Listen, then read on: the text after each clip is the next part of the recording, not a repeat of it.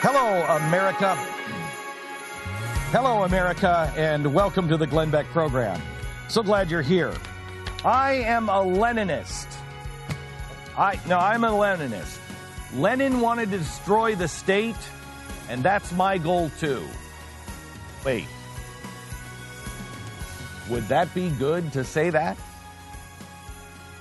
The Trump advisor, that is how he declares his political philosophy, that he is a Leninist. We'll talk a little bit about that and some media criticism that you're not going to hear on the mainstream media. What really happened, more importantly, what is really happening in America. We begin there right now. In a 2011 radio interview, Steve Bannon said that the women's liberation movement consisted of a bunch of dykes that came from the Seven Sisters School up in England.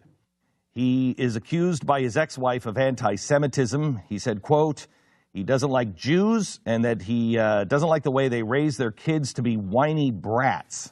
And he doesn't want his girls to go to school with Jews. He also said that what we need to do is bitch slap the Republican Party. I actually am kind of for that one. I think that one is okay.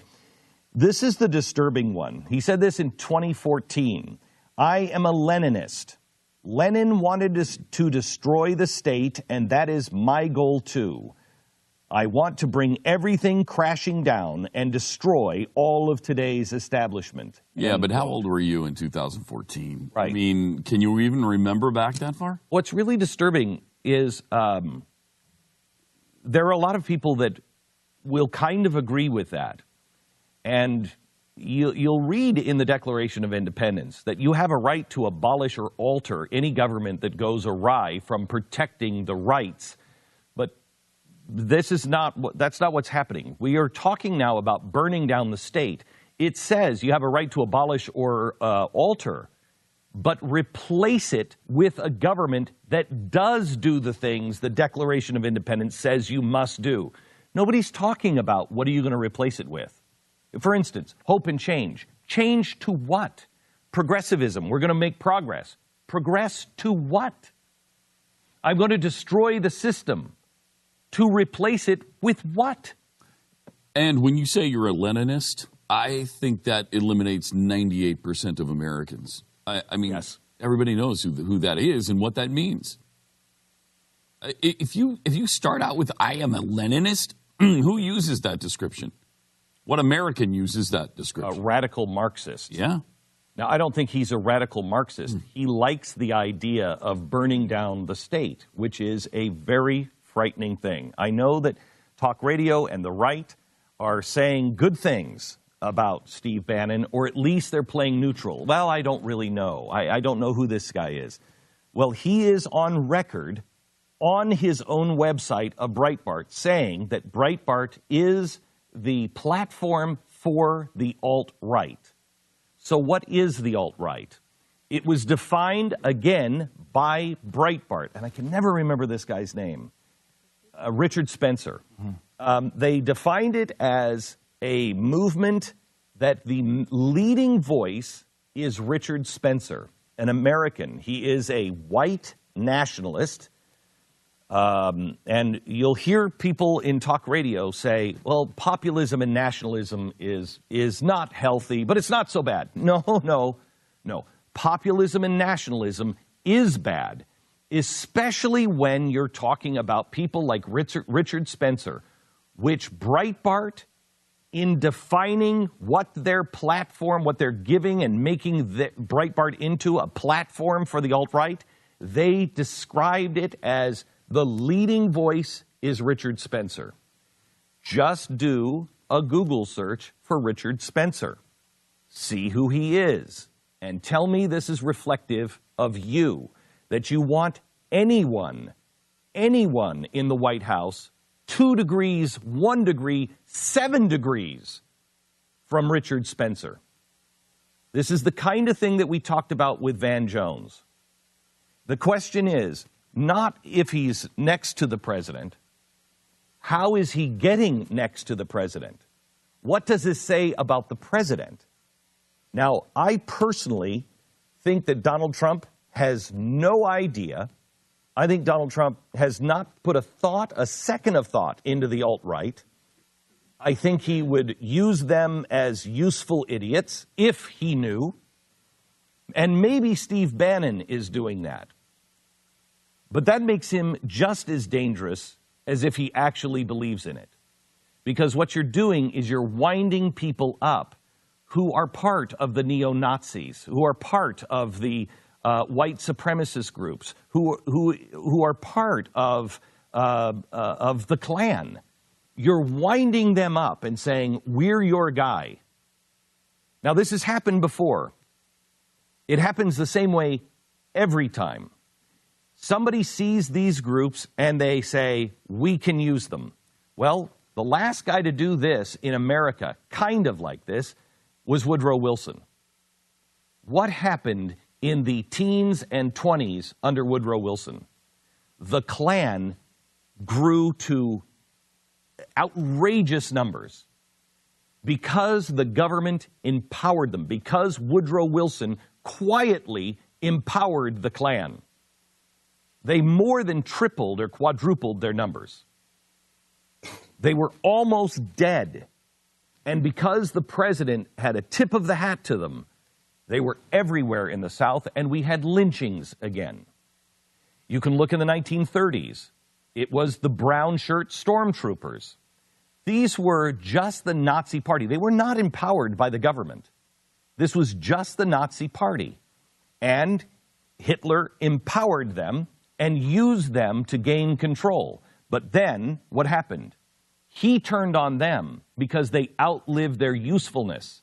And everybody was afraid of the brown shirts, so we had the Night of Long Knives. And they were all slaughtered. The other way this can go is for the government then to, A, empower, and then ignore, and not be the people they thought you would be.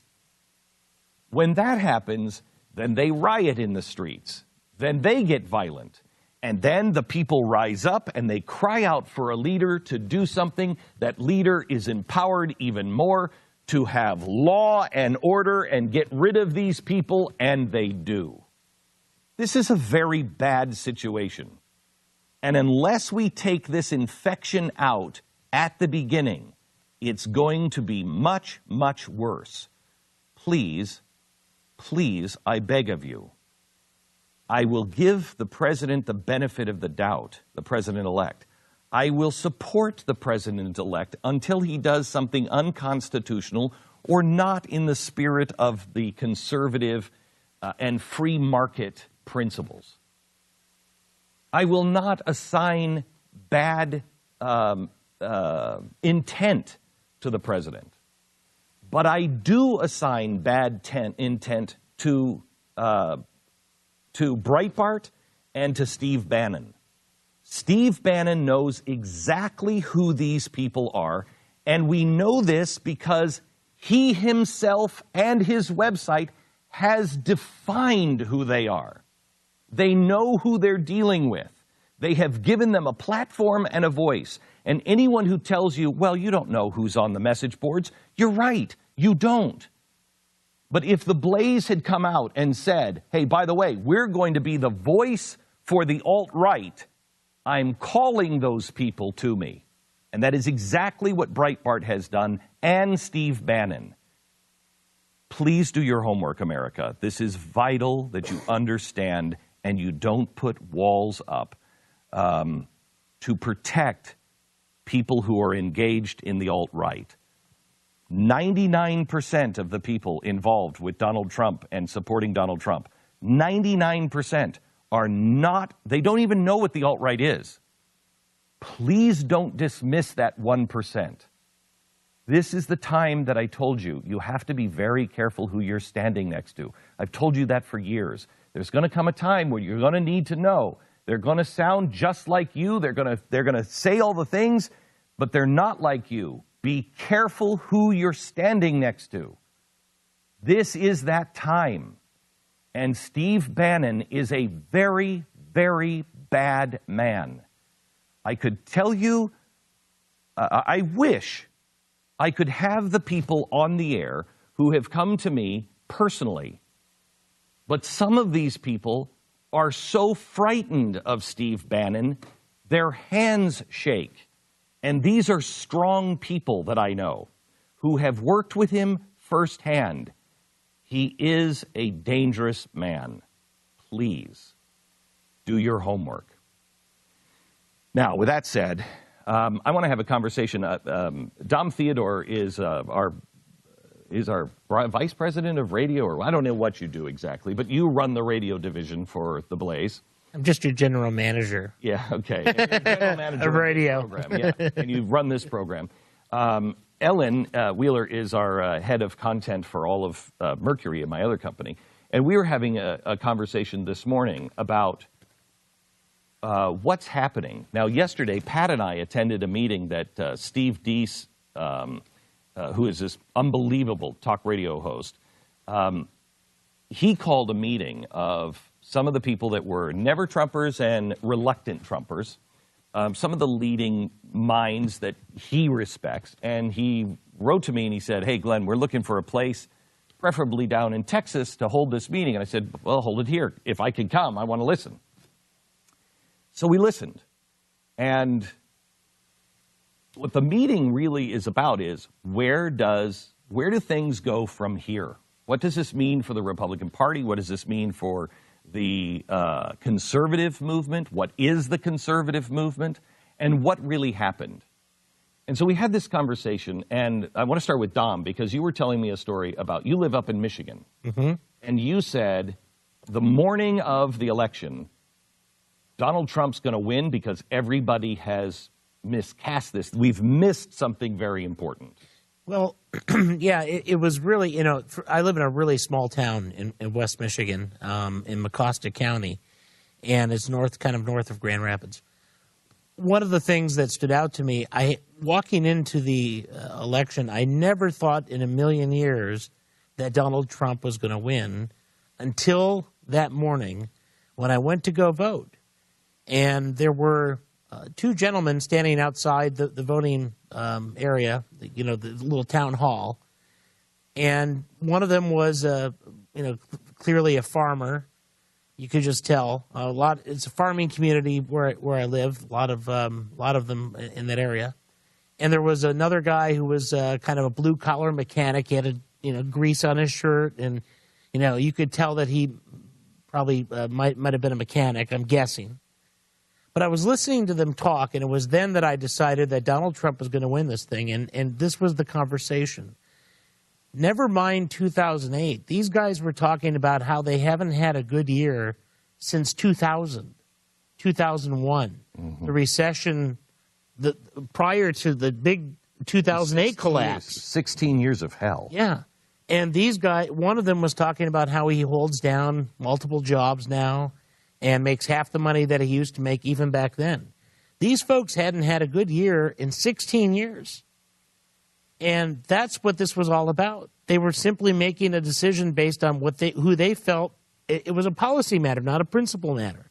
So I had a friend of mine write to me on Election Day, and he said, "This is the movement that you helped start, but you lost track of them."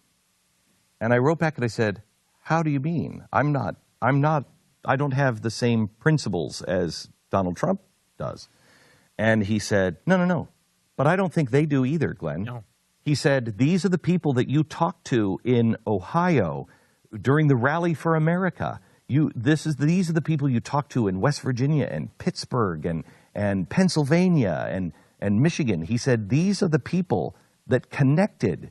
And I understood for the first time, I missed you. I didn't see. I was focused. Again, I think Selena Zito said it best. The people who listened to Donald Trump, who voted for him, took him seriously, but not literally. I took him literally and not seriously. And that was the big disconnect there. And it was because I think, and this is what I heard, but I misinterpreted it. I heard from people over and over again, Glenn, you're voting for some highfalutin principles. That's not what we need right now. I missed, what I heard was, screw the principles. We just need to win. No, what they were saying was, principles are great, but I'm going to lose everything. I can't do it anymore. Not because they were afraid, not because of it. They were hungry. They were afraid of losing their jobs. They were afraid of losing their families.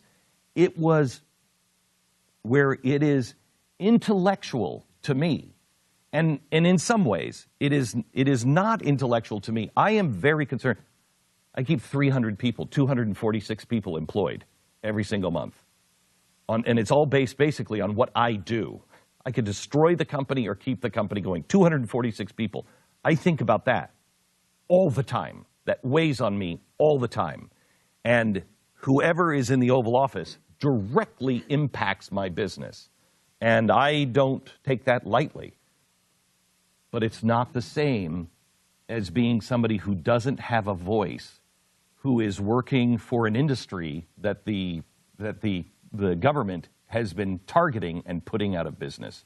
Back in just a second, let me tell you about our sponsor this half hour. It's American Financing. American Financing Corporation, NMLS 182334, www.consumeraccess.org. Thank you, Pat. That was... coming up on the third hour, we're going to talk a little bit about what's happening to the stock market, but we're not going to talk about the stock market. We're going to talk about what it means to your financing, because I think there's real trouble on the horizon. The bubble is getting bigger after this election, and it doesn't make any sense to me at all. So we've got an expert to talk about that coming up in hour number 3.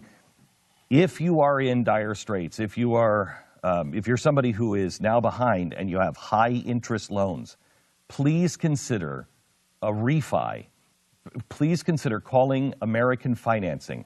American Financing they're not run on commissions, they're run on salary.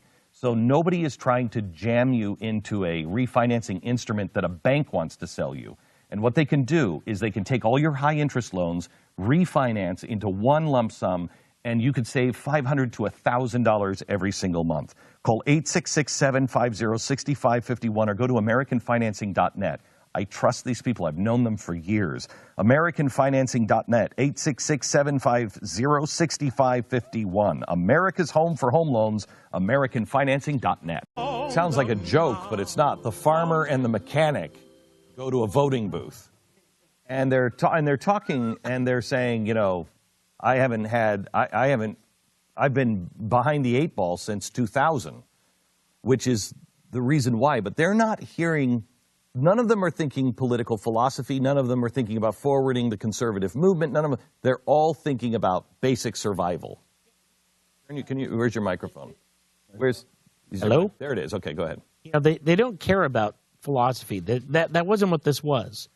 You know, they care about, they heard the China message, the China and Mexico, all the jobs are going to China and Mexico. That was the message that resonated most with the people in the Midwest. And I can tell you from personal experience, my cousin was actually working for a seatbelt manufacturer in the Detroit area. They moved the factory down to Mexico, made him go down and train those people, and then fired him. Oh. This happened a lot. In the last 16 years, and you wonder why people are angry.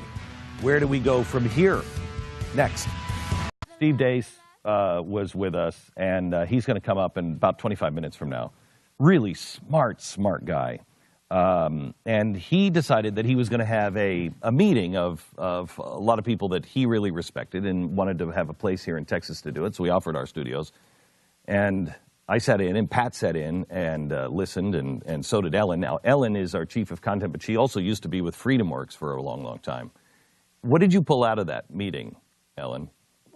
As I sat and listened to all of you, I kept thinking, so we're not talking to the left the way they want to be talked to, and we're only talking to our side in a certain way, and those two sides don't get together. To me, it just all came down, and I can't believe I'm going to say this, I feel like a hippie from the 60s. It all comes down to love. And you talk about love all the time,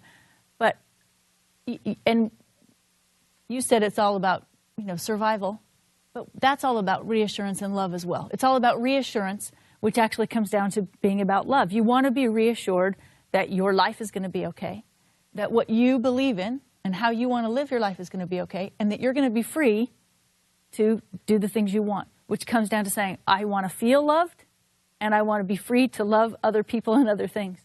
And the left tells that message all the time. You are so loved. We love you.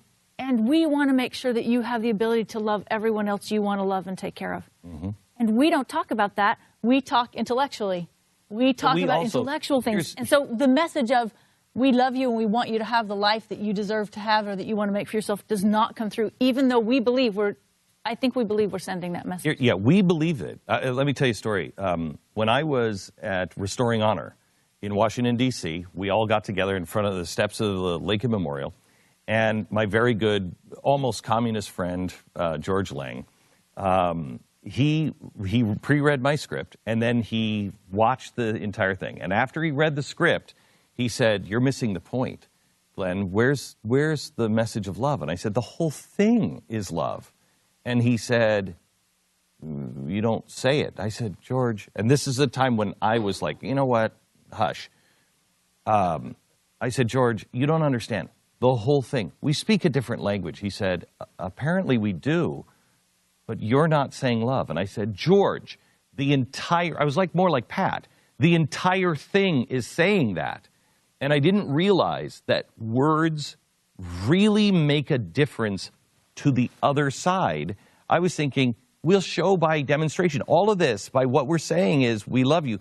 It's not the same. And so half the country doesn't hear. They don't hear us because we don't speak the same language. When we're talking about limited government, what we're talking about is, you want to marry somebody? Marry somebody. Love somebody. Yes, you want your dreams to come true? Great. Limit the government. For instance, right now, those on the left who are afraid, we are with you. There is no reason you should feel this way. And I'm not saying that because of Donald Trump. I'm saying that the president shouldn't have this much power. He should never be able to affect your life this way. California, you're now talking about secession. We get it. That's what limited government means, that you can live your life in California without obstruction from the government. But Texas can live its way. We all need to be able to do that. And to me, that is saying, I love you. That is saying, but they don't hear it the same way. Because you're talking about the Constitution and the Bill of Rights and saying the Constitution, therefore, will allow you this freedom. And I love you so much, I want you to have that freedom. Instead of saying, you know what, I don't want you to feel scared. Yes. You just say, you won't have to feel scared if we take the power away from the government. Instead of saying, I, Glenn, don't want you to feel scared. That it's a different kind of language, and the left says, I don't want you to feel scared. Right. And we don't. And then they match that with, but you need me not to be afraid. Right, so that you don't have to be afraid. Correct. And that makes us feel afraid of them, and that makes us feel unreassured. But we're just not saying it with the right words, and lots of times with the right tone. We get so excited and exercised about saying, hey, here are these constitutional values, that we're talking at the top of our voice and we're talking fast because it's such great information. Instead of saying, I hear you. Don't want you to feel scared. And it's easy to consume that message. It's much easier to consume that message the way that the left poses it, as opposed to the way you listen to talk radio, and a lot of talk radio is screaming.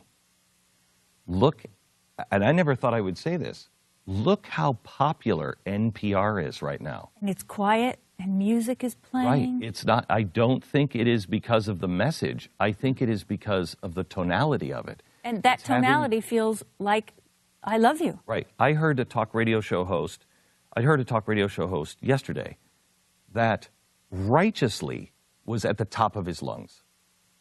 And I just turned it off. I was like, I can't do it. I can't do it anymore. It's fatiguing. It is. And we are at the place times 10 of where the country was at the end of Monica Lewinsky. Remember the end of Monica Lewinsky? I do. And we were... You? Yes. Wasn't that It was so good to get over with it. right? It's not. It's trying to be quiet and gentle, not trying to do a sexy bedroom voice and missing. There's a big difference. That was a sexy bedroom That's what I'm voice? saying. It wasn't, and I just think he was making an effort and. I don't think he falling has short. a sexy bedroom voice. And if you do, don't ever try to use it on the air. So how do we get people to, because this is what I warned about, that you're going to be on the brink and you're going to cry out for a strong man. And 28% of the people who voted for Trump wanted a strong man. Literally, that's what their words were. I want a strong man to come and fix this. So how do you get people who are on that road to then say, no, don't cry out for a strong man to fix it? Because, for instance, you said the farmer and the mechanic, and you have great example of it.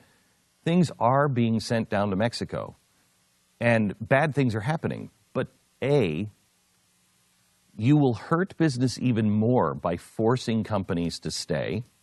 That's not what we do. That's building a Berlin Wall, a business Berlin Wall. And B, by punishing China, they have already said they're going to do the same back to us. They said that yesterday. So the solutions are even worse. The solutions that we're talking about now make the entire country Detroit. Well, here's the thing, though. If Trump does what he says he's going to do, at least, a few times he has said he will lower corporate taxes. I mean, think about why companies leave in the first place. Yes. The business of we tax them to death, and the business environment's not good. Yes. So, can we correct the business environment so that businesses have an incentive to stay as opposed to going down to Mexico for cheap labor? Yes. That's what we need. That's the free market solution. I guess Pat and I have a friend that has cancer, and he is part of this new therapy that they're injecting him with, like a re-engineered AIDS, right? Yeah, AIDS virus, bubonic plague, all of those, really super strong viruses. That the bubonic plague and AIDS is a super strong virus? They're fairly strong, and they turn off the active, gene in there, and then the idea is that you inject it into cancer cells, and it reorganizes the cancer cells because they're so powerful and kills them and turns them into the AIDS virus or the bubonic plague. But not to compare anybody to the AIDS virus or the bubonic plague, but to give you an example, when you're healthy, no one would say yes to, I want to inject you with this things that we know is bad, even though it's been re-engineered so we don't think it's bad. Nobody would say yes to that. But when you are in that desperate situation, you still wouldn't want to be injected with the AIDS or the bubonic plague. But if it's been re-engineered and it has an inkling of hope, because I think that's what we heard people say. There's no hope under Hillary Clinton. There's no hope under her, they thought. And yes, I don't like this. 60% of the people who voted for Donald Trump said they weren't happy with it. But at least maybe there's a chance. Like our friend was thrilled to be injected with AIDS and the bubonic plague. It's a phrase I didn't wake up thinking I'd hear today. Correct, right? But he was really excited. He's like, I got into that study. Wow. That sounds great.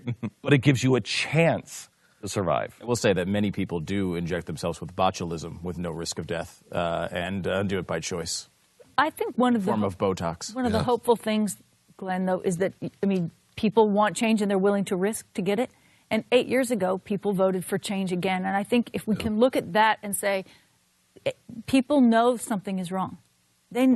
Both sides know that things are not functioning how they should. And that's why Hillary Clinton, that's why these numbers on both sides were so low. They know Hillary Clinton isn't that change either. Correct. But that says that we're all out there looking for something that can give us the kind of life that we want. Love. I know you're making fun of me, Jeffy, but I do think that there is a hopeful. I mean, I think there's a hope for a time of us all saying we can give each other that freedom to live a good life. Here is the difference. Here is the biggest difference. No one yet, and the first person who does it will win.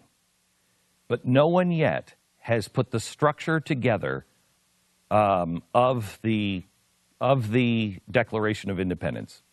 You've had the best one. I'm with her means nothing. What does that even mean? That's not America. I'm with her. Make America great is at least an idea. But the Declaration of Independence said, when in the course of human events it becomes necessary for one group of people to dissolve the bands of other, it shouldn't be dissolved for small reasons, but God demands that we say to the other group of people, hey, these are our problems, and this is why we have to get away from you. But we're doing it because we believe these things to be self-evident. And they said, this is who we are. Then they went into the usurpations and all the things the king had done. We're all leading with the things that the king has done. And we might slap a bumper sticker, make America great again. We all know that we can make America great again because look what they've done. The first person who says, we hold these truths to be self-evident in a way that is relatable to America today will win and lead both sides out. And now this. In cities and states, in Washington, D.C., politicians are threatening our Second Amendment rights, but Bond Arms is doing something about it. They have just introduced a brand new gun called the PT-2A, Protect the Second Amendment gun from Bond Arms. It's a handgun of heirloom quality, and when you carry it, you'll show where you stand on the Second Amendment. And just like every gun from Bond Arms, it can be converted to suit your needs. 25 different barrels fit every Bond Arms pistol, and you can use 14 different calibers. Now, Gordon Bond has pledged that a portion of every PT-2A gun that is sold will go to protecting the Second Amendment rights. It's a special limited edition, only available for a very short period of time. Check it out. It's absolutely beautiful. Go to bondbeck.com. That's bondbeck.com. Take a stand because you matter and your rights matter. And the type of handgun you carry says a lot about you and a lot about what you believe in. See the new gun made in Texas, the PT-2A at bondbeck.com. That's bondbeck.com. Barack Obama said yesterday about Donald Trump because it was fascinating and very presidential. In this situation, we're turning over a country that has challenges, has problems, and obviously there are people out there who are feeling deeply disaffected. Otherwise, we wouldn't have had the results that we had in the election. Holy cow. Now, why would they be disaffected when they've had 8 years of you? Now, you have to take... you have to take him coming and saying something very nice and go right at him. Well, come on. I'm just curious. Isn't that an admission that yes, it is done that well? If you listen to the whole press conference, though, he spent a lot of time saying how it was different and we weren't in these tragic circumstances that he took over in. And, it's still better. Bush's fault. Yeah. He spent a lot of time saying, that's true, a lot of time saying, things were good, but that was his but obviously some people do feel disaffected or we wouldn't have seen the results. So this was sort of it was the second part of that, sentence. I will say, though, that is as conciliatory as I've ever heard him. He is now building his legacy. Well, he was getting ready to go on his administration's final farewell tour to say he's sorry for being an American. So he's traveling to Greece and Germany and Peru. He's traveling the world, right? Saying how look, everything's been great for 8 years. It should be maybe okay with Donald Trump. The point of this, though, I think, is to say that he's actually been pretty good to Trump so far. He has been very good to Trump. Continue. It may very well not. But he's done the typical president thing, which is very good. And he said that he this wasn't yesterday, but he said he appreciated that George Bush gave him breathing room. Let's see if he does the same. Hello, America, and welcome to the program. Well, the cabinet is being selected, and we are looking at a new and changing America. What does that mean for us? And how do we make sure that we hold on to our principles? Steve Deace joins us right now. Steve Deace is a talk radio show host, heard nationwide out of Iowa, and a friend of the program, author of the new book, Nefarious Plot, which is very C.S. Lewis. I mean, it is a great, great book that everybody should read. That is modeled after the Screw Tape Letters. And if you like the Screw Tape Letters, this is a modern version of it. And I think, I mean, I hate to say this because it is C.S. Lewis, but I think just, in the same category as good. It was really good, Steve. Well, that's about the highest praise you can give a Theo nerd like me. So I'd like to just walk off now, if that's okay. Yeah, all right. End this like a Costanza high note. That's right. That's right. Welcome to the studios. Glad you're here. You called together a little get-together of some of the people who were never Trump and reluctantly Trump, and wanted to have a conversation with people of where we go from here. What are you trying to accomplish? Just that. I think that we have got to have a time period where there can be some family healing going on after what's transpired over the last year.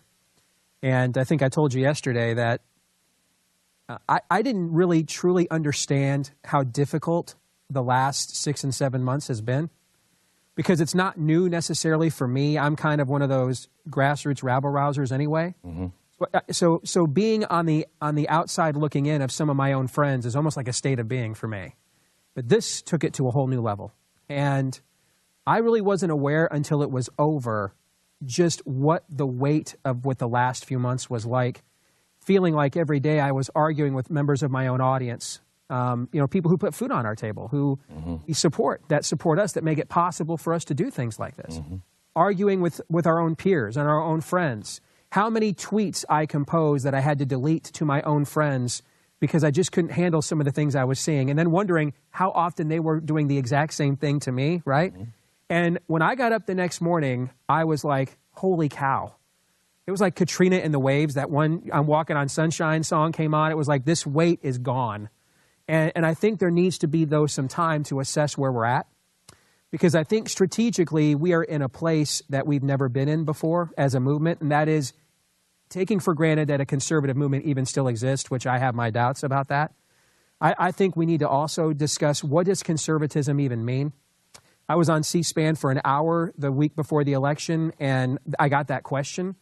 And I defined it as, I'm a conservative because I'm trying to conserve the things that history has proven are what's best for the human condition. And black man from Detroit calls up and says, I'm a black man from Detroit, and says, I've never voted Republican in my entire life, but if someone had explained it to me the way you just did, I might have looked at this differently. I think our damage, or our brand, has been damaged quite a bit in this race. And I think that it's not a victory as much as a reprieve. I think everybody, to some extent, is ecstatic the Marxists are out of the White House, right? But that doesn't necessarily mean Donald Trump had a character transplant because the communists are gone. And I think you're watching his capricious, mercurial, unstable nature play itself out just in the court of owls that we're seeing get assembled here in almost this sort of Kremlin-esque intrigue about transition teams and who's in and who's out.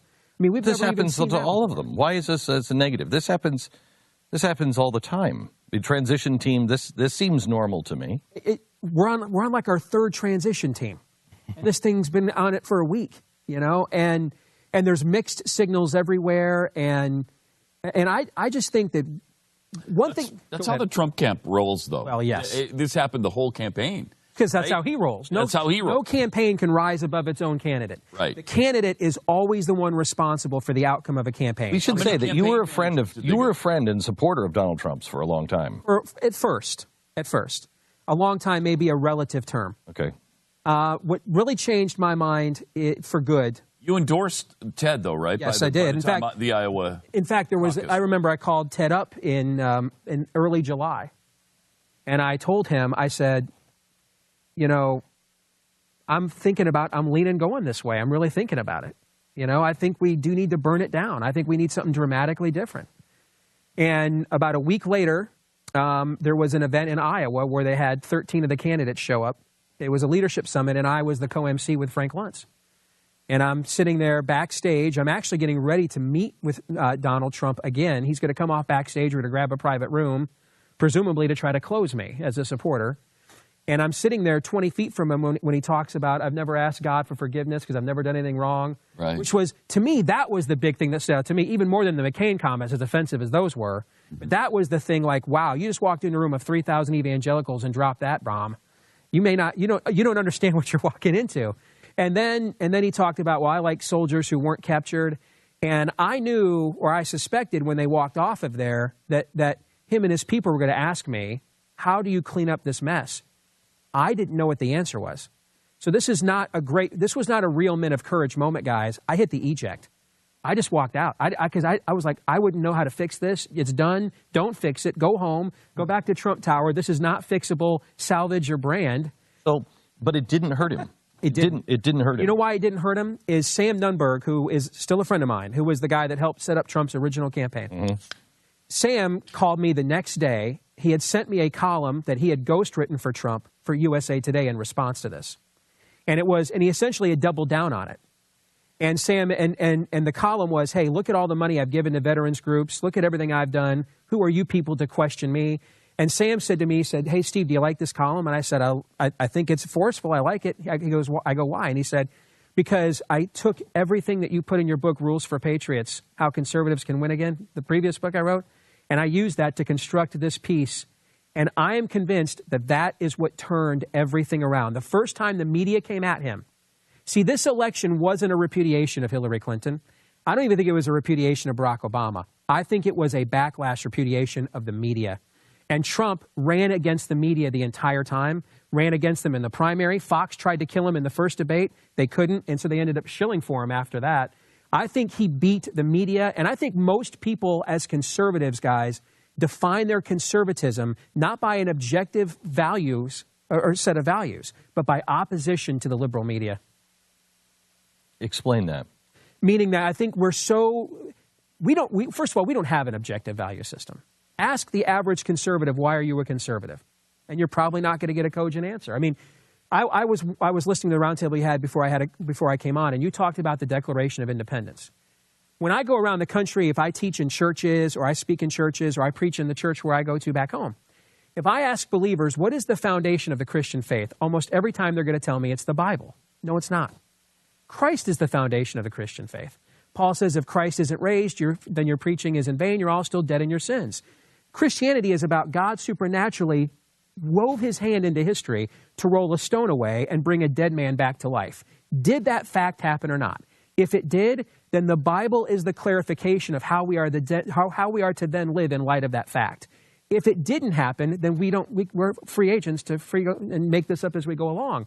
The Christianity's foundation is Christ. The clarification is the Bible. That is the relationship, I believe, between the Declaration of Independence and the Constitution. The Declaration of Independence is the foundation of America. There is a God. Our rights come from him. Government's only responsibility is to protect and preserve those rights so we can reach our God-given potential, and that's it. That's it. That's all there is. There isn't any more. That's it.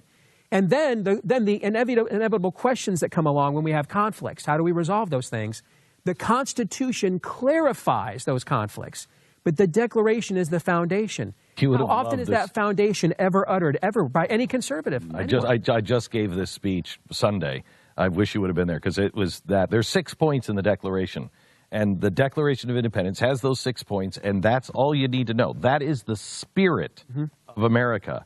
The Constitution is the framework on how to protect that idea. And we miss that. And progressives have tried to destroy the Declaration. And we don't have a declaration. The conservatives are supposed to be saying, what is a conservative? Well, that we hold these truths to be self-evident. Right? That all men are created, they're endowed by their Creator with certain rights that are unchangeable. Those rights come from God. The government is established to be able to protect those rights. That is their main duty, protect those rights.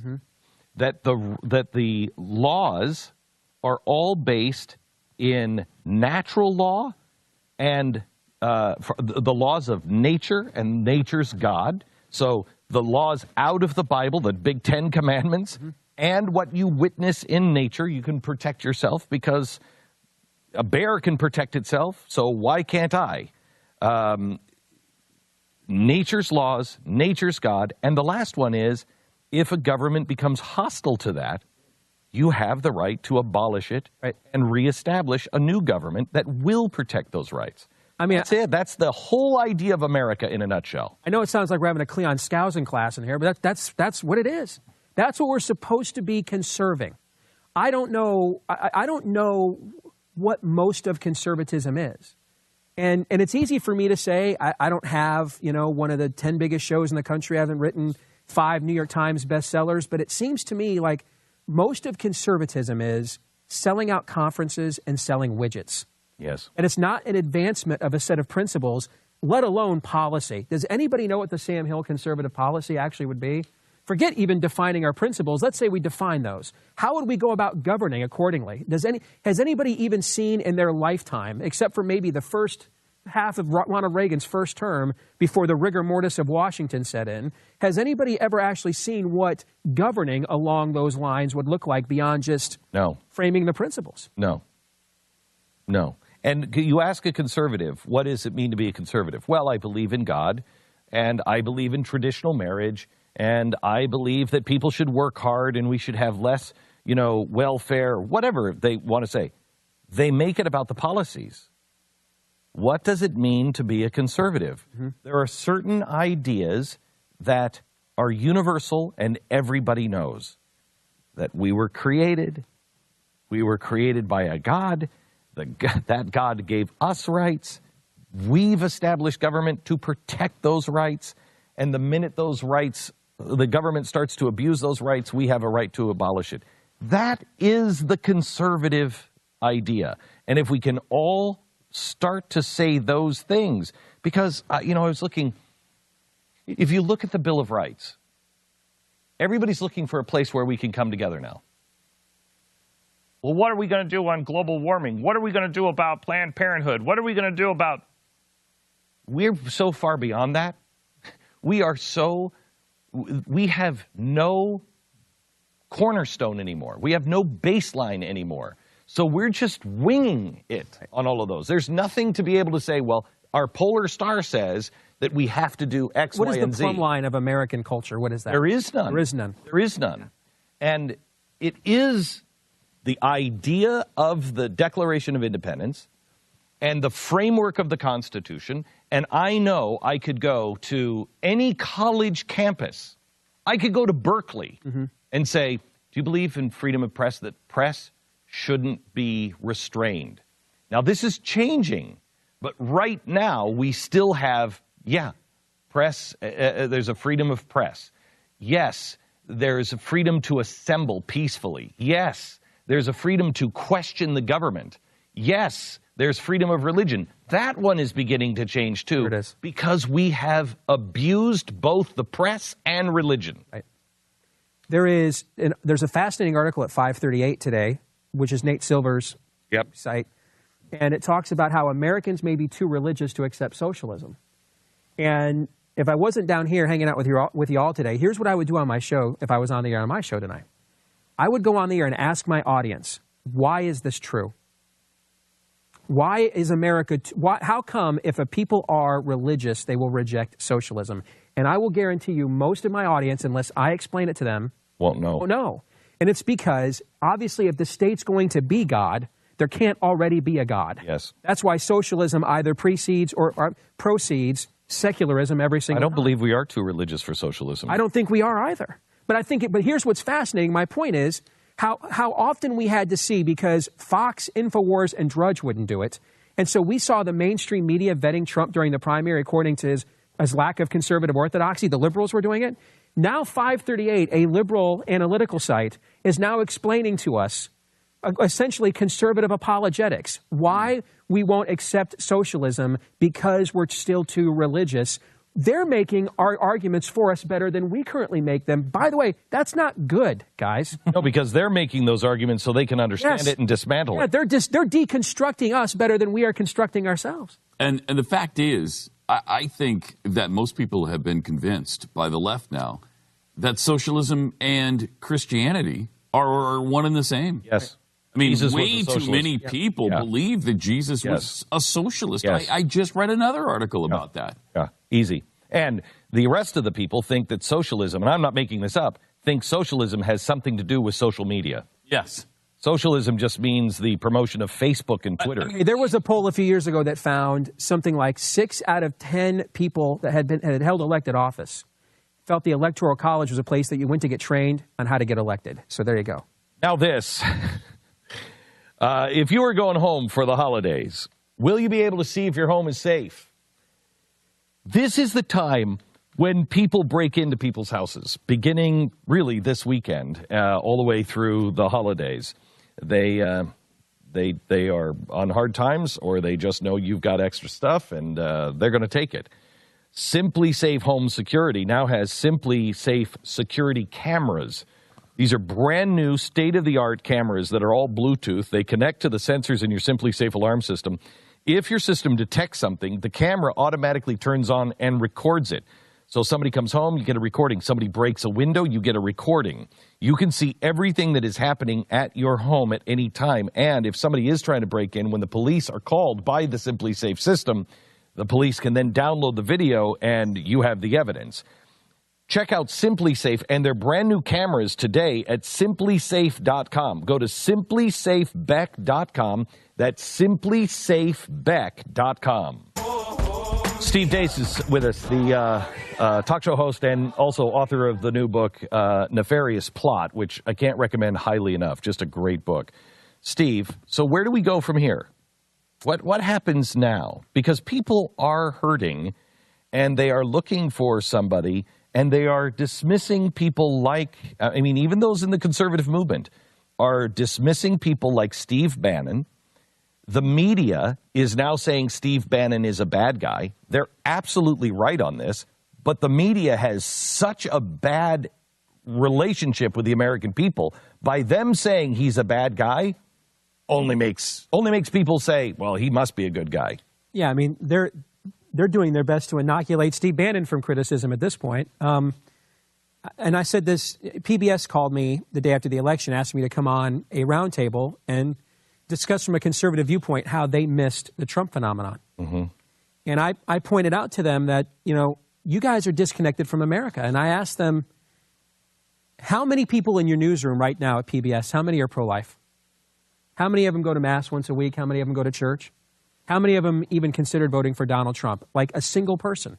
You guys define diversity by external identity. Most of America doesn't. Most of America defines their identity by their value system or what they think they need or want at the time. And so you are literally not talking to most of this country. And that's why you miss that. And I told them, I think people got the rise of Fox News wrong. That it wasn't that it was GOP TV, that's kind of what it is now, but that they talked about our values without suspicion. Yes. You guys do. Yes. Back in just a second. Stock market looked like it was going to tank when Trump was winning Tuesday night, but after his speech, it rebounded in a huge way, bigger than China, and we're going to talk a little bit about that coming up in a second. Steve Deace is with us. Steve, what? Tell me, Is there the possibility, because I think we should consider this, that we have been completely wrong, is there the possibility that Donald Trump becomes Ronald Reagan? I think we should absolutely consider the possibility we've been completely wrong. Now, I will be surprised if we were wrong, and I think what we're seeing in the transition team indicates we're not. That this is material because it's inconsistent. I mean, there is no consistent strain in who is surrounding him other than, did you help me get to where I'm at? And if you're progressive Rudy Giuliani over here, and if you're evangelical pastor's kid Mike Pence over here, you help me get to where I'm at. So find a way to kind of work together. I mean, Reince Priebus, when he opens his mouth, the Republican machine we all hate comes out in every last syllable. So you're going to go on camera and eat the crap sandwich on TV, and Bannon's going to be my Rasputin in the dark room over here calling the Svengali shots. I mean, these two guys have literally nothing in common other than they both helped Donald Trump get to where he's at. You believe that Bannon, talk radio is saying Bannon is okay? I think I met him once briefly, been interviewed by him twice on Breitbart Radio. All I know is what I've heard from other people. And all I've seen is what I've watched and witnessed Breitbart News become since it essentially became symbiotic with Trump. And I don't think, and I'm someone who used to be a regular reader, I don't think I've shared a link or clicked on a link at Breitbart in like 9 months. I just got so disgusted by what I saw that it literally became dead to me. Same with Drudge. I can't remember the last time I visited Drudge as a website. I can't handle it. So I just look for news in other sources. Okay, so we are. So you just don't think that there's a chance he can. I think there's a chance. Listen, my worldview starts with God raises dead people to life. Right. Okay. So to quote the great prophets at Dumb and Dumber, I'm saying there's a chance. Okay. There is a chance, but this is why I think we should step back and let it play itself out.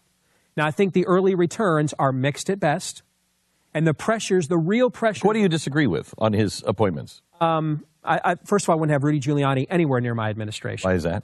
Because he's the ultimate progressive Republican. That's why. I mean, no, I think Chris Christie is, but he's a close second. He's a close second. Yes. I think that the dynamic between Reince and Bannon is terrible. It strikes me as trying to split the baby in half, and this is often, as someone that's worked on a lot of campaigns, this is why businessmen are often the worst candidates, because they think it is like running a company, and it is not. You know, a CEO can't coin money. A CEO can't command an army. A CEO can't compel you to do something lawfully or unlawfully against your will. A president can. And I think that is where it's not the same. Just because Steve Kerr's a great coach of the Golden State Warriors doesn't mean he can coach the Dallas Cowboys, guys. There's some skills that transcend, but they're totally different pursuits, different personalities, different activities. And not to mention, Trump hasn't always been successful as a manager. He's filed multiple bankruptcies. He's had several failures. It's not the same at all. And so when I see the Priebus-Bannon thing, this is what it looks like to me. It looks like, hey, Reince, your reward is you get to go out there and be the guy on camera, and you're going to speak to McConnell and Ryan down there on Capitol Hill, and I'll be Nicholas II over here in a corner dark room while Rasputin is whispering sweet nothings in my ear, and we'll essentially have our own little management team over here deciding which of your ideas we'll veto and which we won't. Who's actually in charge? The last thing someone with Donald Trump's temperament needs is to have the people facilitating him in an uncertain chain of command. I mean, when you are as mercurial and capricious as he is, then the people around you have to be ironclad certain.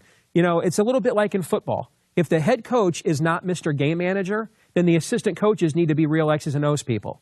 And if the head coach is an X's and O's guy, but not Mr. Light You Up in the room when he's recruiting athletes, that means the assistant coaches have got to be in there and woo mama and the young and their baby boy on the recruiting trip. Trump is not Mr. X's and O's guy. He's not. Well, so someone else has got to do that. Well, who is that right now? I mean, you kind of have these two towers of Mordor here with Reince and Reince is Isengard and Bannon is Mordor. They have literally nothing in common other than they have a common, sentiment with Donald Trump, that you can't run a government that way. Government is not like a business. It's not. But he's going to try to run it. I mean, one of the most amazing things I saw yesterday, and I said this wouldn't happen, this couldn't happen, and it's happening. For him to ask for top secret clearance of his children. They are denying that, by the way, I believe, for what it's worth. Well, that's good. Yeah. Do you believe it? I don't know. I mean, it sounds. Initial source was an unnamed source, and there's some reason to doubt it. I think with stories like this, guys, we're going to have to. I think we're not dealing with a level of, shall we say, prudent communication we've ever seen from people in power before. I think we're going to really have to sit back and wait until the final deed is done, because if we react to everything these people say, we're all going to have coronaries. We're going to be like, this is the big one, Alice, by the time we get to 2017. So I think we need to just sit back. I think we have to wait for them to actually sign the waiver before we react to the story like this, because I think they will seriously just throw crap out there all the time, see if they can get away with it, see what the backlash is, and then say we never really meant it. It's been my experience. Again, I've had a lot of experience in politics. I've never seen anybody govern differently than they campaigned, ever.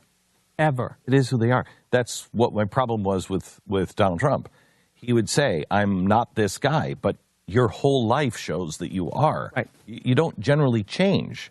Not unless something transcendent changes. Unless there is a pivot point. Yes. Something big happens in your life, yes, and then you're like, I'm not that guy anymore. Is there any chance, becoming president of the United States is that moment? I mean, there's a possibility. Right? I think it's unlikely. There's a possibility. No, I have to tell you, I think, I was thinking about that when the next morning Donald Trump woke up, and I thought about it that next morning. What must that be like to wake up? And it's one thing to have your wife roll over and say, well, good morning, Mr. President-elect. It's another to then have the Secret Service, the apparatus, the everything start to change around you. The weight. I mean, Truman said he felt like that the moon, the sun, and the stars fell on his shoulders when he found out he was president. There is a chance that changes you. A big chance. I think there's also a difference, gentlemen, between winning the presidency and being the president. When your life is defined by Maslow's hierarchy of needs, as Trump's entire existence has been, yes, he has received now the ultimate self-actualization. Yes. Right? But here's the question. Next May, when the headlines are done and the parades are over and the Organization of American States wants a 9-hour meeting with their emissaries in the White House, does he really want to do that? Not a chance. Does he want to be down? Does he want to be teeing it high and watching it fly at the Mar-a-Lago with some Hollywood starlet? What would he rather be doing? I think that's I had somebody offer me a job in New York City a few years ago, and I tried really hard for it. I really wanted it. It was dry time in New York. I thought it'd be the greatest thing for my career. And then when I got back home and waited for them to make the decision, I recognized that what the commute would be like, the changes would be like, moving my family to New York City, how different the values were. And I realized, you know what, I think I wanted to win this job more than I wanted to do the job. I wanted someone to come to me as a guy and give me that helmet sticker and say, yeah, you got this accomplishment. But did I really want to do this? When all the trades wrote about it and all the accomplishment stuff was done, did I want to do that job? And I wonder if Donald Trump has truly considered, does he actually want to be the president? Does he want to do it? And that's why the people around him, who I think will really run the show, that's why it is so important. That's why I have a guy who works here now, John Schreiber, who is brilliant. He runs my company, and he said he's been asking people as we restructure everything, what do you want to do every day? And people will say, like me, he asked me, well, I want to do the radio show, want to, be able to talk and make a difference and everything else. He said, no. What do you actually want to do every day? Mm-hmm. That's very different. And people don't ask themselves that question. They think of the accomplishment. I want to go and do this. I want to be here. I want that job. But they don't necessarily match it with what they actually physically think, I'd love to just do this every day. Mm-hmm. And they're very different things. And I think Donald Trump in May may find that. He may not. He may love this. But he doesn't strike me as the guy that does like to be sitting in the office at the late night meetings. Mm-hmm. But I think that's why people like Bannon are so critical to make sure good guy, bad guy. Because if indeed Donald Trump is the guy who says, I don't want to be there all the time, he will put it on the shoulders of Rasputin. Well, and this is why, what is the value system? This goes right back to where we started the conversation, guys. I mean, this is not a company. You're not selling widgets. The goal is not to end up in the black on a P&L statement. You are governing a free people. And sometimes that means you're going to make decisions that are unpopular. And so is everybody in on advancing that value system? I know that we look back now on the Obama years, and we look at over 900 Democrats in the legislative branches across the country who lost their jobs under his presidency because of the voter backlash. I will guarantee you, though, almost none of them would ever publicly say they regret it, because even though he did it by hook or by crook, he did more to advance a progressive worldview into our government than any human being has in the last century. And so therefore, that's why they got into government, to advance that value system. They're on board with that. That's why they never, ever fought back against him, even though it was costing them seats in their own legislatures. What is the end game of the Trump presidency? What is making America great again? What is the vision of what that would be? You think it might be fascism? I think that my fear is that our side is going to embrace authoritarianism because they saw Obama get away with it. I think there were, and I hate to say this, but I think there were a lot of older white people that sit home and watch Fox News all day that got really justifiably angry at the last 4 years of what they saw Obama do. And they said, you know what, we need to go get our own version of that. Oh, then I help cause this? I think I think we all have, to some extent, played a role in this. I think so too. We're self-governing people, so there's no one, nobody's absolved from it. I think that I've looked at some of the rhetoric I've used, that we have to win right now, or we're on the precipice of history. And I've wondered, what is a sense of urgency, and when am I actually feeding into the sort of panic that causes people to embrace it? Do you think anybody on the left is starting to feel this way? Do you think they're self-examining like we are on the right? They soon will. First, they got to do their fake Tea Party AstroTurf, get rid of the Electoral College crap, which is just clickbait to raise money, basically. When they get done with that here in about 6 to 8 months, we get into year 2 or 3 of a Trump presidency, I bet you they'll have a newfound respect for separation of powers and limited governments in some way. Yes, I do. It's interesting to me because the New York Times came out this weekend, and this is what they expressed to me. When they invited me up, 19 editors from the New York Times editorial board were there. And they wanted to know who we were, what is really happening, what's caused this, what their role was. They were very, I thought, introspective. And they said at the time, we know we have a problem. We're not connecting with the American people, and we need to change that. They came out this weekend and said that. I think there is some movement in trying to be better. I said to Judy Woodruff on PBS on the panel I was on this week, I said, Judy, where I come from, a dad who thinks it's a bad idea to have another creepy dude go into the bathroom next to his young daughter in the women's bathroom, that's called a parent, not a bigot. There's a whole other country out there. You guys don't even interact with it. You lecture to it. Yes. And so as a result, they said, let's go find our own person that can smash these people so that we can at least get our side of the story out there. And I think Trump wisely capitalized on that. Thank you so much, Steve. Thank you very much. It's been an honor. Now this. If there is a financial bubble that is about to burst, and we've got somebody on, Chris Martinson of Peak Prosperity. He is a guy who we found about 5 months ago, and took us a while, but we hired him. He is the guy who I think has the best view of the markets and the economy and can explain it out of anybody I've met in 15 years. He's coming on the program here in about 15 minutes, and we're going to talk about what is happening in our country. Changes are coming, and they are inevitable. And as our new government takes shape, we should take a moment to take a positive step to make sure that we are doing what's important, and that is becoming self-reliant.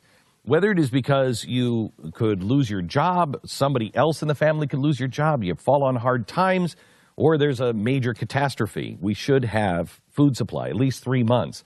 Here's 1 year emergency food supply, breakfast, lunch, and dinner. If you're a family of 4, you buy this, and it gives you 3 months of food. There's your 3 months food supply, all done, one phone call, 800-946-2325. It's $997. Now, that is $800 off the regular price. This is almost half off. This is an unheard of deal. 1 year of emergency food for one person, 800-946-2325. It's 3 months of food for a family of 4. If he spends more than that in 3 meals. It is. It's $2.37 a day.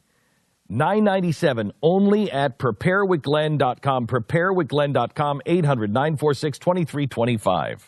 Chris Martenson of peakprosperity.com is probably, he is the guy I have been looking for probably 20 years, 15 years at least, who sees the world in a similar way that I do, and can actually explain it, and explain what is coming, explain why it's coming, how it's coming, and possibly what it looks like on the other side.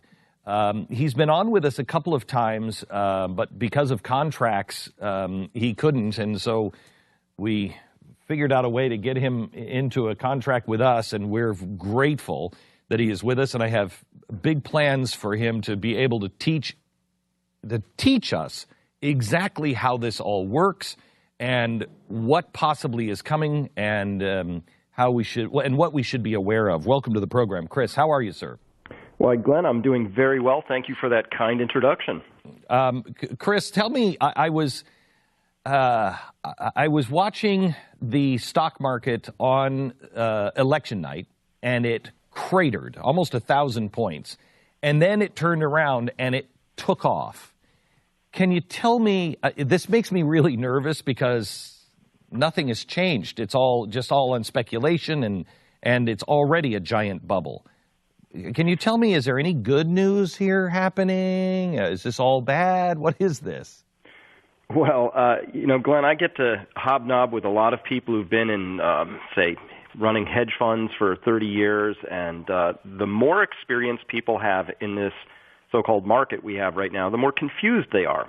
And I think to understand this market, what we have to do is step away from the signals that the prices are trying to send us, and back up and note that the world's central banks have put $16 trillion into the punch bowl. And that's going to create a lot of money sloshing around looking for things to do. So what we saw on election night is very concerning, because it saw money running away from the stock market, the U.S. stock market, in a big, big way, and then stampeding back in a big, big way. Those are not healthy signs of a healthy market, and I will lay the blame for such weird conditions at the feet of the central banks. So, okay. So that's something we have to understand. I didn't realize that we were already at $16 trillion. That is digital. They don't call it printing. They call it quantitative easing. But in the old days, if they would have done exactly what they did, they would have had to print this money, and it's $16 trillion now? Yes, that's 16 additional trillion on top of what the central banks already had printed out of thin air, as it were, or electronically created. Holy cow. So there's rumor that the Fed is they're talking about raising interest rates. And the reason why, and tell me if this is the right explanation, the reason why the Fed increases interest rates is to suck some of that money back in so it can be destroyed. So inflation happens because there's too much money out there chasing too few goods. And so you raise the interest rates, which sucks that money back into the bank, back to the Fed. They destroy that money. Is there any interest rate that you can think of that wouldn't collapse the economy that could draw this money back in? No, it's really hard at this point. So here's where we are. The Fed is truly between a rock and a hard place. So here's the rock. The rock in this story is if they drive interest rates lower, like Europe has done, like Japan has done, endowments, pension plans, which are already hemorrhaging. Big story there about what's happening to pension plans, the Dallas police pension, California state pension, you name it.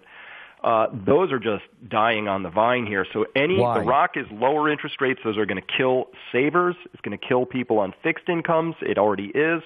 That's a bad place to be. The damage is already being done day by day there. Stop.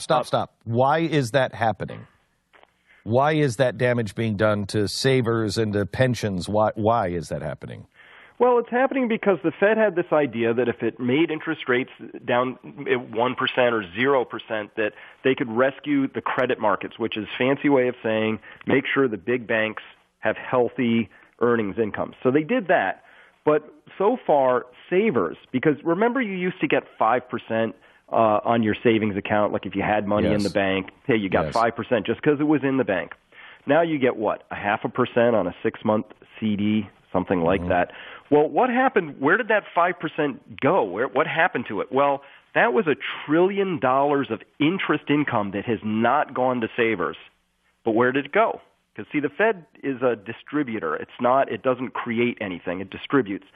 So it drove interest rates down, and it crushed your savings account and my savings account's interest income, so we didn't get it. Well, who got it? Oh, the banks got it, because they make the money on having a steeper yield curve, as they say, or interest rates driven down. That really helped the big banks, didn't help savers.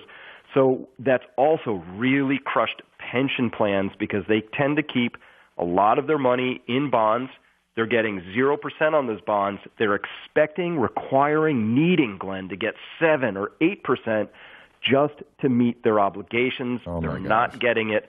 And every day that they have to live with 0% on their bond portfolio is another day closer to death for those plans. So when people hear about the bond market, because I've heard this for a long time, that the bond market is about to crash, blah, blah, blah, the bond market, what you're really saying is anybody, especially in a union, anybody who has had their money in some sort of a mutual fund or bonds, and they were getting their retirement from that investment, teachers, unions, even some of our 401ks, that's all going away, because that could collapse.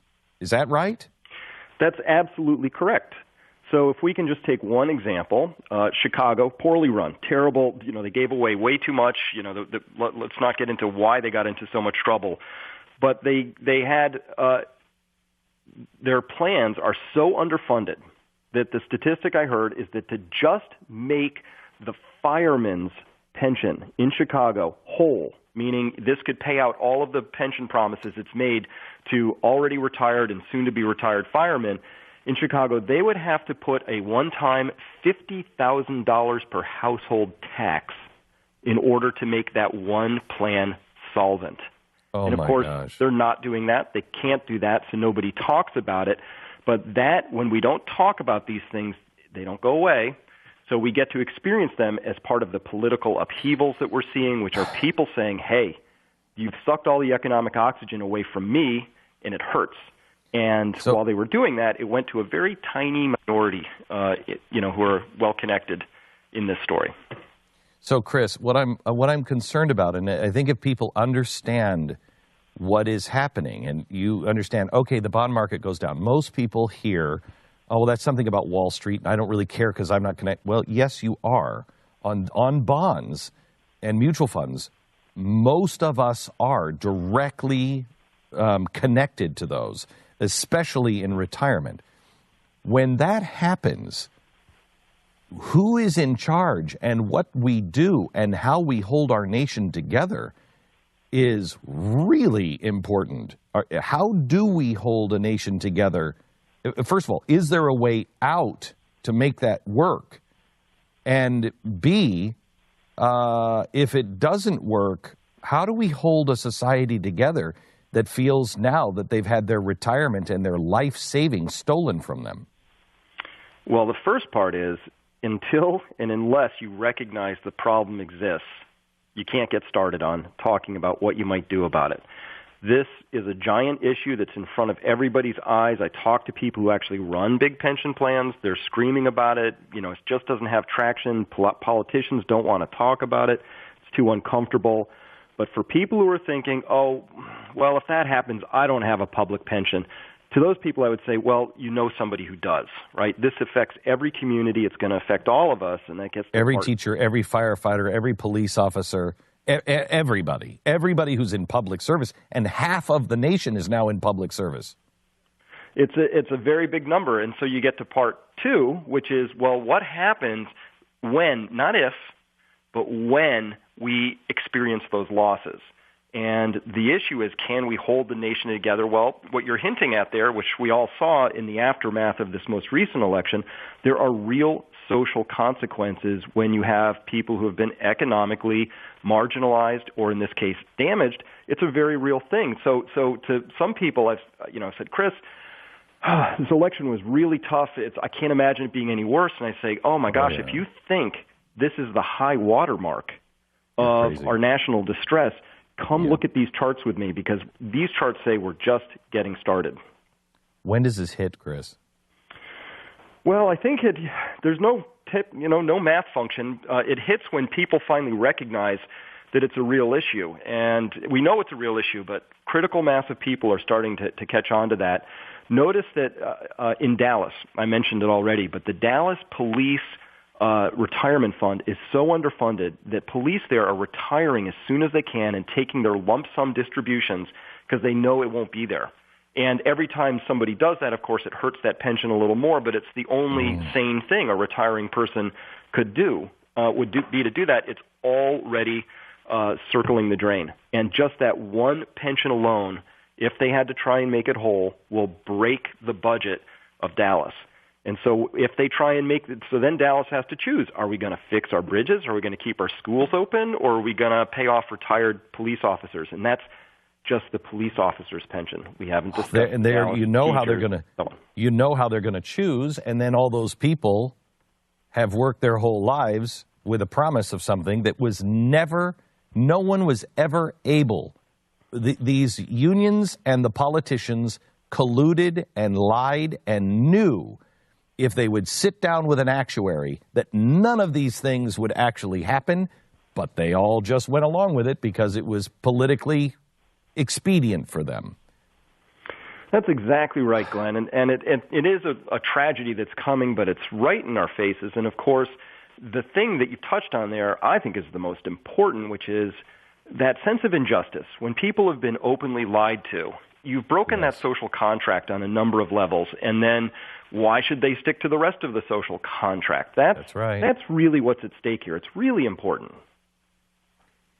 Well, you're a happy camper. Chris, hang on just a second. I want to take a break and come back. History has a way of repeating itself. This half hour sponsored by Goldline.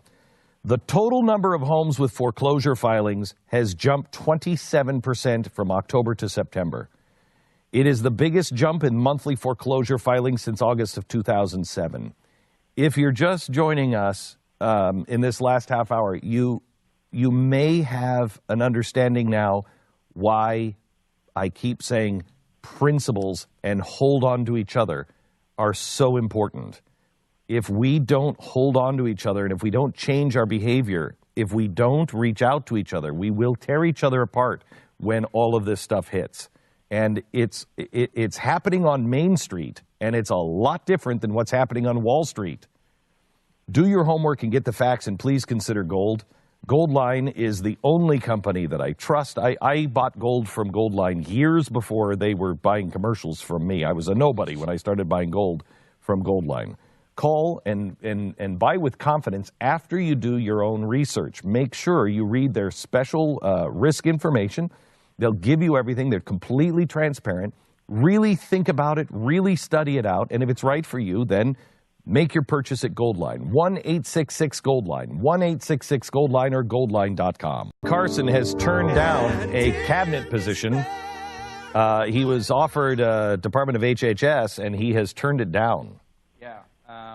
He was offered that he will not accept a job inside the administration. And the quote in the article from someone, I guess, in the administration said, Carson feels he has no government experience. He's never run a federal agency. He ran for president. I mean, he was going to have to be ahead of all of the federal agencies. Guy asked, why did he run for president if he was going to turn down a job because he didn't think he had any government experience? I offer you the job has that. I don't understand Ben Carson. What the hell happened with Ben Carson? Anyway, we're back with Chris Martenson from peakprosperity.com, a guy who is we're going to be working with a lot here to try to explain what's coming and what's happening so you are prepared. And as you start to see what he lays out, you'll understand why I have been so stressed in the last few years. And I hope not to pass that stress on to you by giving you some things that you can actually do with Chris. Now, Chris, I want to ask one thing that I don't think I'm alone in. I asked you, when does this hit? And you said, well, when everybody finds out about it, that's when it crashes. And I thought to myself, then why the hell are you on radio telling everybody about this? Let's just keep this to ourselves. Oh, I wish we could, but it does have a a math function all on its own. It is running, and the pensions are running out. That's just one side of this story. But the larger piece, Glenn, when I back up, is I say, look, here's the larger story that's very difficult to explain. It confronts a lot of belief systems. It makes people very unhappy. But it's this: we can't have infinite growth on a finite planet. You run into limits sooner or later, and people have figured that out locally with maybe water in California, or there's no more soil to plow because it's all in use in Indiana, or whatever the story is. But we have an economic model that's been growing and growing and growing, and now the world is in competition, and this is the larger tapestry that I think your audience really deserves to know, which is, look, the United States is not alone in the world. There's now China over there. We've got Europe. We've got India coming on board. Everybody's kind of looking for the same resources that exist out there. So that's a grand game of chess that's going to be playing out. And I don't say that to make people anxious. I say that because if you have that information, and here's the important and you take actions to make your life more resilient and do something, then that's positive. If all you know is stuff that makes you upset, then you're just anxious, and that's no good at all. So, right, and that's why I've wanted to work with you, because I'm tired of hearing. First of all, nobody can explain this stuff, and you do a great job of explaining it. And second of all, nobody has an answer for the average person. So let's go back to the bonds for a second. If I'm an average guy, I've been a police officer my whole life, and I'm going to retire in the next 5 years, do I take my retirement right now? Absolutely. And I do it in a lump sum? Yes. Even though that is, you have that right to do it, but you're going to collapse it even faster. Well, your choice includes, this is just, again, this isn't I'm not saying this is an ideal situation, but for you, the individual, the only sane way to play the game is either you can take the money out and receive some benefit from it, or everybody gets nothing from it eventually.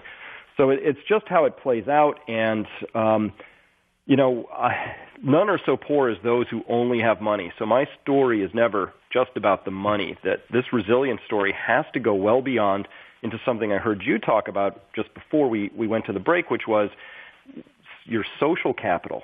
Who you know and how well you know them is going to be a very important determinant, and there's a lot of steps people can take to make their lives more resilient. But for now, in the way the money system is set up, you absolutely want to do everything you can to protect your wealth as much as possible.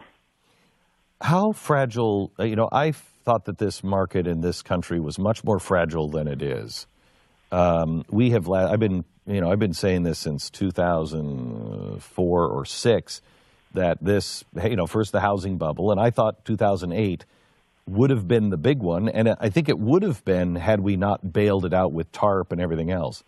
I think now we've made things much worse by all the bailouts and all the bogus money and everything else. Is the next burst of the bubble as bad as I think it will be? Or is there another TARP that will buy us some more time? I'm going to come back with your answer here in just a second. Chris Martenson from peakprosperity.com, who is now a member of our team, a guy who I have literally been looking for, a guy like this for at least 15 years, a guy that sees the world in the same way that I do, can explain it, and also can give us options of what do you do about that. And it's taken us a while to be able to work out a deal so he could come on because he had complex contracts, but we are so thrilled that he's a part of our team now. And we're going to hopefully sit down soon, Chris, and work out some things to get you very involved in GlennBeck.com and the Glenn Beck Radio Show to be able to teach some of these things because I think people will understand why I'm so concerned and stressed out, because nobody is explaining this stuff to them in a way they can understand. And I think people on the business shows on TV, correct me if I'm wrong, are living an absolute illusion or delusion. No correction necessary. It's a self-delusion. It's astonishing. And here's the funny part about this, Glenn. When I talk with some of these people, they're public. They have the same public and private positions, right? Publicly, they say what they say. I get them behind closed doors, and I say, do you really believe that, or how concerned are you? And some of these people Some of the wealthiest people I know have jets ready to take them to literally bunkers in Switzerland. Can I tell you something, Chris? I find it reprehensible. I can't tell you how many people who are on television saying everything is fine have said to me off air, I can't say this, Glenn, but keep saying it. The same thing. I've got a Gulfstream ready to go. Really? Well, thanks a lot. You're telling us something opposite of what you're doing, and they believe that if they say this, then people will panic and it will be over a lot faster. And I think they never say this, but I think they think there's more money to be taken off of the table. I think that's part of it. There's a lot of self-interest. Can I tell you one of my most disappointing moments in a person's career is what I call the retirement speech. Say a senator, finally on their retirement day, they tell you everything they never said while they were actually in a position to do anything about it. And then I don't care anymore. I don't care if you tell me how far off the rails the country has gone now that you're retiring. What a weak way to go out. Come on, you know. So, Chris, the bubble that I think was coming in 2008, I started talking about an 04, 06, and it was the housing bubble. And I said it's going to be Great Depression style. And it turns out it wasn't. I didn't figure in TARP. Now, I think what we've done because of TARP and money printing and everything else, I personally think it is Western world depression or even worse, a game-changing kind of scenario. A, do you agree with that? And B, what does it look like? And C, is there a TARP or is there something that changes that I don't see? Absolutely, I agree with the position. I was a very vocal critic of all the bailouts, in particular bailing out places like Goldman Sachs at 100 cents on the dollar for their bad bets with AIG, Citigroup. These were badly run organizations that needed and deserved to go out of business. They didn't. They were rescued. And because of that, Glenn, I think that was an opportunity to take a painful fall from a ladder, but we were 4 rungs up. Now, because of the Federal Reserve and TARP and all the bailouts, what we've gotten is we're about 20 rungs up the same ladder now. Much more painful fall and may even be worse than that. So the next crisis is going to be bad, and they're going to fight it tooth and nail because they believe in their heart of hearts that it could be a lights-out crisis if they don't. And I understand how they got there. Remember, 2008, we had to wait a year and a half when Hank Paulson's memoirs came out and Mervyn King, then the Bank of England governor, they came out and said, guys, we were like 3 or 4 hours from a systemic banking collapse that could have wiped the world out. That's what they were thinking, right? So what do you think they're thinking today when everything that was in place then is still in place but larger? Do we have fewer derivatives? Is sovereign debt lower? All of this, no. Is the housing bubble, where is it? It's right back where it was. So what they did is they pumped the credit markets up, and it was a double fingers crossed moment. They were saying, please, growth, please, will growth come and bail us out? Didn't come. And that's where we are at this awkward moment of the Fed saying, we think we need to raise rates. They're like, guys, too little, too late, and you're going to do it into a weakening environment, not a strengthening environment. Never been done before. Good luck with that. Does it require a massive shock? Does it require an event, or could this just happen? Well, it's a very complex system, so it could be either. It could be the German finance minister says something wrong and some trading algorithm picks it up and starts the ball rolling. Who knows? We've seen the signs, Glenn, where the market has these really unstable moments. So I watched this market very closely. I remember a year ago in August when the Chinese currency devalued by 3%. That was the day we had the Dow down another 1,000% in response. I was like, wait, what? The Chinese currency went down 3%. Now the U.S. stock market's falling like a stone. That level of that's the kind of market we have now. It's kind of unstable, and I think that's why there's so much fear out there, particularly amongst, Glenn, the people I know who know these markets best. They're the ones who happen to have the Gulfstream spooled up and ready to go, as it were. What does it mean for the average person, Chris, and how do we prepare? So the average person really has to have the context. Look, if you don't know what's happening or why, you're going to be shocked. You're going to be confused. You won't know what to do. You need to have a plan before you need the plan. So what I advise people to do is first get the context, get educated. It's not that hard, but you're not going to get it off of CNBC. You're not going to get it out of the Wall Street Journal. So you've got to get the context, see what's happening, and then decide for yourself what steps you're going to take. Because in my world, Glenn, we mentioned it once, but if I'm feeling anxiety or I'm feeling fear, it's because my thoughts and my actions aren't aligned. And fear lives in the gap. So close the gap. You can't change what you know, so change your actions. And there's lots of things people can do to secure their finances and to make themselves more resilient and to just begin to understand that we're going to have to be a little bit more responsible for our futures than maybe we have been up to this point. But I think that's a good thing. And people can find a lot more fulfillment and purpose and a higher quality of life. Nothing that would surprise my great-grandfather. He'd be like, yeah, you're living how people have always lived, a little bit closer and in connection. So then tell me, what do you do? I mean, do I have cash? Do I have gold? Do I get out of the stock market? Do I leave it in and just try to, if I'm younger, and leave it in and weather this storm? Will I be completely wiped out? Do I put it all in gold and, whiskey? What do you, because when I get to this point and I talk to financial people, they all say, well, Glenn, if you really believe that there's a massive Great Depression meltdown and there's a possibility that the American dollar goes, then I can't help you. There's no scenario for that. Well, I hope the American dollar doesn't go, but I think that's kind of the way we're going. We're going towards a one world currency, one world kind of, or at least a Western world digit over an actual currency, it seems. What do I do? Well, everybody's got a slightly different story, so let me tell you what I did.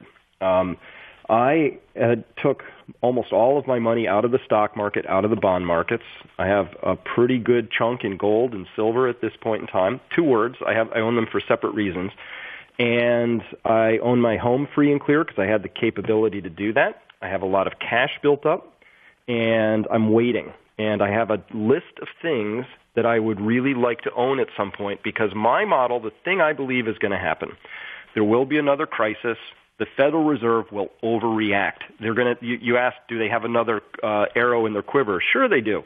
It's quantitative easing for Main Street. You'll recognize it as either a complete tax holiday courtesy of the Treasury Department, which the Fed funds with freshly printed money, or maybe it's a check that shows up in your bank account straight from the Fed. I don't know. But money comes to us, and that's when I've told my people, that's when you run. You do not walk, you run to buy the things that are on your plan, the things that you've identified. But first, there's a little waiting period here, and we just have to sit it through. This has happened, what we're about to experience, dozens of times in history. When they write about it in the Wall Street Journal, they're going to say, massive wealth destruction, investors lose trillions. But if you watched what happened carefully, it was actually a wealth transfer. Real wealth is always the land that we walk on. It's the productive enterprises. It's real estate that has real value. That's the real wealth, not the paper stuff that is a claim on that wealth. So this has happened over and over again, and it's a long story, and I know we don't have time to fully express it today, but this is the larger context. If people can see what's coming, I'm telling them, look, it's a wealth transfer. They've happened dozens of times in history. Get on the right side of the line very quickly and simply. It means owning real assets. Okay, Chris, we'll talk again. Thank you so much. I appreciate it. Chris You're Martinson from peakprosperity.com. He is an expert in the gold and stock market and a voice that I think you need to hear more from. And we'll have him on, and he's going to teach certain things, teach some basic principles, show you, like I think he did with the bond market. Boy, you listen to the bond market. Bond market's going to crash. Most people don't have anything in the bond market, they think. No, if you're a police officer, if you're a fireman, if you're a teacher, you definitely have something. You have your retirement there. And so now what do? Share that message with a friend, if you will. You'll be able to find this on hour 3 of today's show at glennbeck.com, but share that with a friend.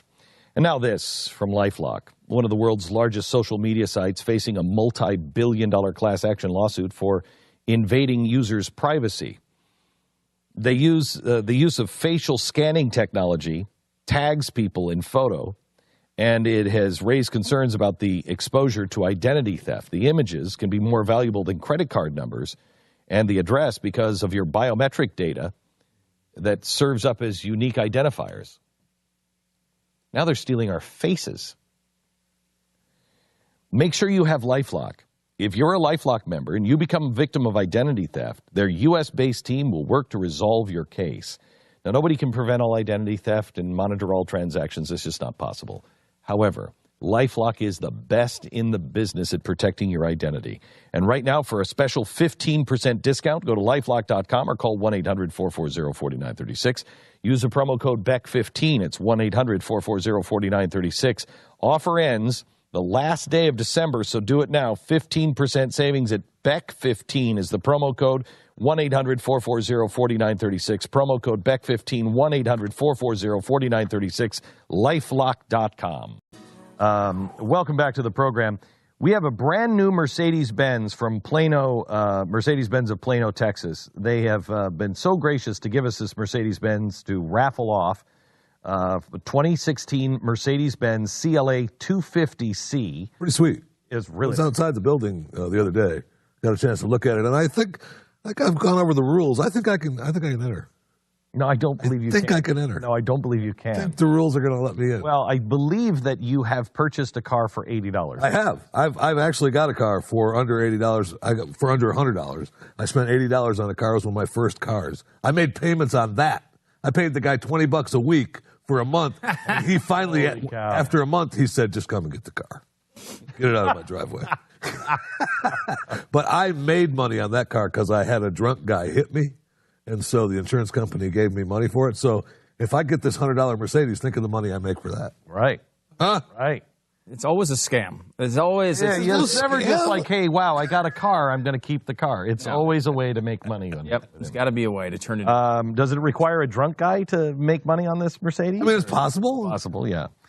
So anyway, Mercedes-Benz, if you would like one, for $100 in raffle ticket, the proceeds all go to Mercury One, and we would love for your support for Mercury One. This is the fundraiser that we do once a year that, pays for all of the bells and whistles, like heating and lights and telephones and people. Kind of need those things. Yeah. We think of them as options. What, heat? That's an option. I watched Scrooge. Anyway, we want to thank Mercedes-Benz of Plano. If you would like to go and register, you can go to mercury1.org/M1ball, mercury1.org/M1ball, and you can register for the Mercedes. It's $100 a ticket. There's only 5,000 tickets that are sold. I think there's like 2,700 left. This is the last week you can register. You have a really good chance of winning. You don't have to be present to win. I'll call you with, the good news that you won the Mercedes. And we sure would like to have you. I'll be there. Drive away. And the event's be there Saturday night. Yeah.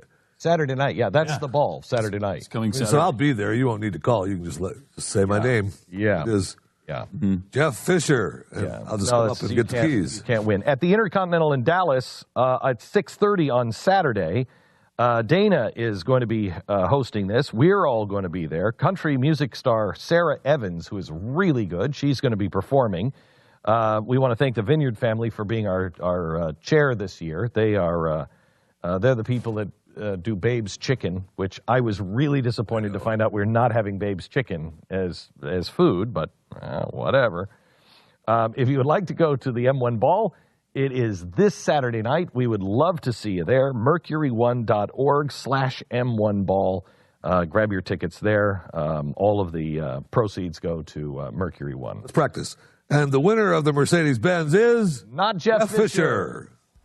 Thank you. Not Jeff Fisher. Not Jeff Fisher. In fact, I will make sure that as we draw the name out, Jeff is nowhere even near the stage drawing that name. You can promise that? I can promise that. That's interesting. I can guarantee that. We'll bring handcuffs I'll handcuff him to the front door if we have to. He knows how to get out of handcuffs. Yeah. For a long time Yeah, I since he know. was buying $80 cars.